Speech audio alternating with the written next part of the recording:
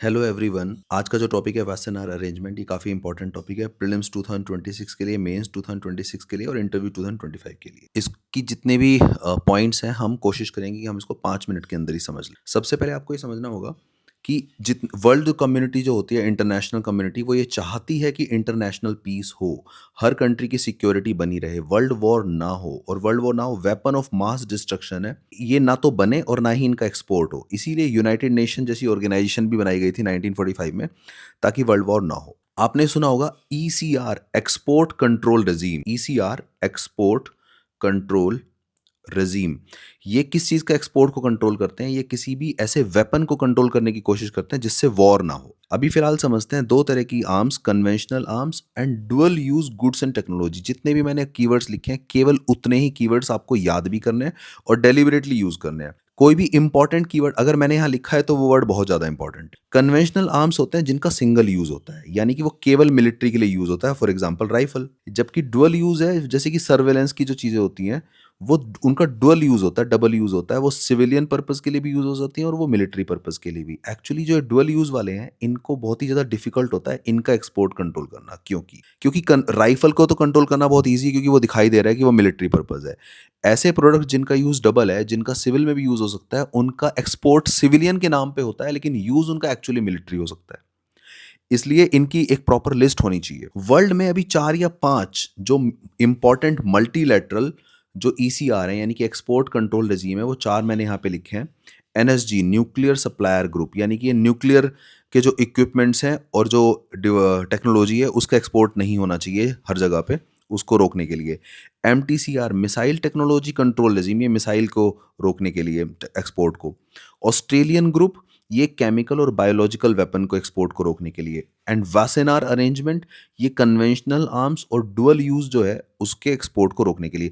यानी कि आपको अपने आंसर में, अगर इन चारों में से कोई भी क्वेश्चन आता है, तो भी आपको अपने आंसर में इन चारों को किसी एक लाइन में मेंशन करके एग्जामिनर को ये दिखाना है कि आपको इन चारों के बारे में एक ब्रॉडर आइडिया भी है, और उसके बाद इन चारों में से जो भी क्वेश्चन आपको पूछा जा रहा है उसके बारे में आपको ज्यादा बताना है, पर इन चारों का जिक्र 2 लाइनों के अंदर जरूर करना है, चारों का नाम लिख के। वासेनार एक जगह है हेग में, नीदरलैंड में। यानी कि जब वासेनार बना 1996 में, अगर क्वेश्चन आता है कि कहाँ पे एस्टेब्लिश्ड है, लेकिन हेडक्वार्टर अगर इसकी या सेक्रेटरीट जहाँ पे इसकी मीटिंग्स होती हैं, वो ऑस्ट्रिया की एक प्लेस है, वियना।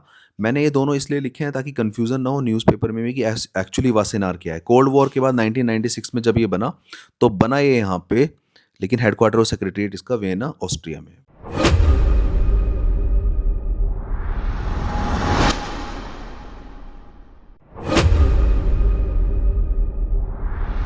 इसके अंदर 42 मेंबर्स हैं। उन मेंबर्स को पार्टिसिपेटिंग स्टेट्स बोलते हैं। इसमें जो मेंबर्स हैं, US, UK, France, Germany, Japan और इंडिया। यानी कि अगर कोई क्वेश्चन पूछता है कि इंडिया इसका मेंबर है या नहीं है, इंडिया एक्चुअली इसका मेंबर 1996 में नहीं था, वो 2017 में बना है। और ये इंपॉर्टेंट है कि इसके कौन से इंपॉर्टेंट या नोटेबल नॉन मेंबर्स हैं जो कि इसके मेंबर नहीं है। चाइना और इसराइल इसके मेंबर नहीं है। अब ऐसी तो बहुत सारी लिस्ट है ऑब्वियसली, अगर 42 हैं तो रफली 150 कंट्रीज की मेंबर नहीं है। लेकिन अगर चाइना और इसराइल नहीं है जो कि एक्सपोर्ट कर सकते हैं, तो इसलिए आपको जानना जरूरी है। इसकी जो चेयर है उसकी रोटेशन हर साल होती है, वो आगे मैं एक्सप्लेन कर दूंगा। याद करने के लिए, वासेनार अरेंजमेंट 1996 में बना।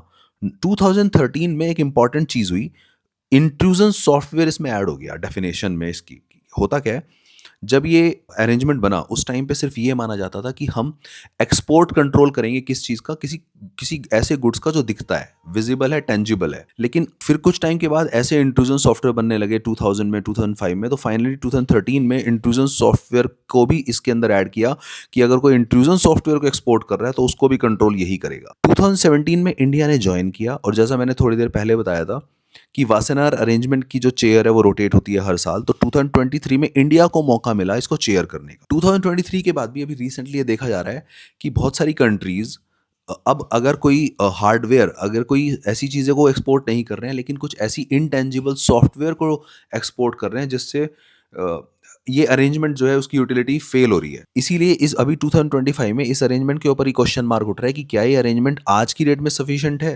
क्योंकि आजकल टेक्नोलॉजी एक्सपोर्ट होती है, आजकल गुड्स एक्सपोर्ट नहीं हो रहे हैं। तो इस अरेंजमेंट को हम किस तरीके से रीडिफाइन करें और किस तरीके से एक्सपैंड करें। इस अरेंजमेंट का काम क्या है, ये इसमें जितने भी मेंबर कंट्रीज हैं वो लिस्ट ऑफ आर्म्स को और लिस्ट ऑफ डुअल यूज की जो गुड्स एंड टेक्नोलॉजी है जिनको कंट्रोल करना है, एक्चुअली वो सारे मेंबर कंट्रीज उनको रखते हैं। इनका काम क्या है, ये मेंबर कंट्रीज एक्सचेंज करती हैं इन्फॉर्मेशन आपस में और हर 6 महीने में रिपोर्ट देती हैं कि कौन से गुड्स एंड टेक्नोलॉजी है जिनका एक्सपोर्ट नहीं होना चाहिए।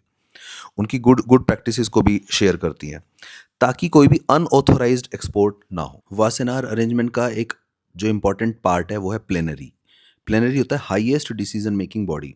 इस हाईएस्ट डिसीजन मेकिंग बॉडी में जितने भी 42 मेंबर्स हैं उन सबके रिप्रेजेंटेटिव्स होते हैं और ये प्लेनरी हर साल मिलती हैं। जनरली दिसंबर में इनकी मीटिंग होती है और जैसा मैंने पहले भी बताया कि इसकी जो चेयर है वो रोटेट करती है। इंडिया को 2023 में रोटेशन मिली। इस प्लेनरी में एक्चुअली एक इंपॉर्टेंट चीज़ है जो कुछ लोग इसको क्रिटिसाइज भी करते हैं कि जो प्लेनरी का डिसीजन है वो बाई कंसेंसस होता है। बाई कंसेंसस का मतलब क्या है? देखो, डिसीजन क्या होता है? डिसीजन दो तरीके से लिया जा सकता है। डिसीजन बाई कंसेंसस यानी कि बाई एग्रीमेंट ऑफ ऑल, या फिर डिसीजन बाई मेजॉरिटी ऑफ 50%। अब आप समझ लीजिए, अगर डिसीजन में सबका एग्रीमेंट होना जरूरी होगा तो वो डिसीजन बहुत ही डिफिकल्ट होगा, क्योंकि जितने भी मेंबर्स हैं अगर सभी की सहमति, सभी का कंसेंसस चाहिए तो हर आदमी की सहमति लेने में टाइम भी लगता है। लेकिन अगर केवल 50% का, केवल मेजोरिटी की जरूरत है, तब डिसीजन थोड़ा ईजी होता है, फास्ट होता है। यानी कि कंसेंसस वाला जो डिसीजन है सभी का, उसमें स्लो होता है। इसमें एक दूसरी प्रॉब्लम है कि अगर इवन इफ केवल एक आदमी अगर इसको ब्लॉक कर देगा, 42 में से अगर 41 ने हाँ किया और केवल एक ने मना कर दिया, तो भी डिसीजन स्टॉप हो जाएगा। तो ये कुछ लोग क्रिटिसाइज करते हैं कि ये वासेनार अरेंजमेंट की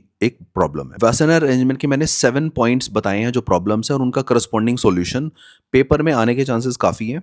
इसको आपको समझना है। वासेनार अरेंजमेंट की प्रॉब्लम है, पहली प्रॉब्लम है कि ये हार्डवेयर सेंट्रिक है। हार्डवेयर सेंट्रिक जो दिखाई देता है, जो टच होता है, टेंजिबल है, डिवाइस, चिप, इस तरह की चीज़ों पे ही सेंट्रिक है। लेकिन आजकल जो एक्सपोर्ट होता है वो सॉफ्टवेयर एक्सपोर्ट होता है। तो कुछ लोग क्रिटिसाइज जो करते हैं वो सॉल्यूशन की डिमांड करते हैं कि सॉफ्टवेयर भी इसमें बहुत इंक्लूड होने चाहिए। आजकल जो एआई आ गया है, क्लाउड आ गया है, सास सिस्टम आपको पता है, इन सबको जब एक्सपोर्ट किया जाता है तो अगेन उसका कंट्रोल कम होता है। कुछ लोग कह रहे हैं कि इस अरेंजमेंट में जो एक्सपोर्ट है उसकी डिफाइन को रीडिफाइन करो, एक्सपोर्ट की डेफिनेशन को वाइडर बनाओ। एक पॉइंट आप समझ ही चुके हैं कि इसका जो डिसीजन मेकिंग है काफी स्लो है, तो उसको फास्ट कर देना चाहिए। कुछ लोग बोल रहे हैं उसको मेजोरिटी के हिसाब से होना चाहिए। फोर्थ पॉइंट, इसका जो कुछ लोग प्रॉब्लम, बार बार मैं क्रिटिसाइज करने के वक्त मैं बोल रहा हूँ कुछ लोग, यानी कि आपको खुद से कोई हार्श क्रिटिसाइज नहीं करना है। आपको इस तरीके से मेंशन करना है कि some experts believe that this is also the criticism. यानी कि कुछ लोग बोलते हैं कि ये ऑर्गेनाइजेशन एक्चुअली वॉलेंट्री बेसिस पे काम करती है, इसका बाइंडिंग नहीं होता डिसीजन। क्योंकि बाइंडिंग नहीं होते तो डिसीजन होने के बाद भी इंप्लीमेंटेशन नहीं होता।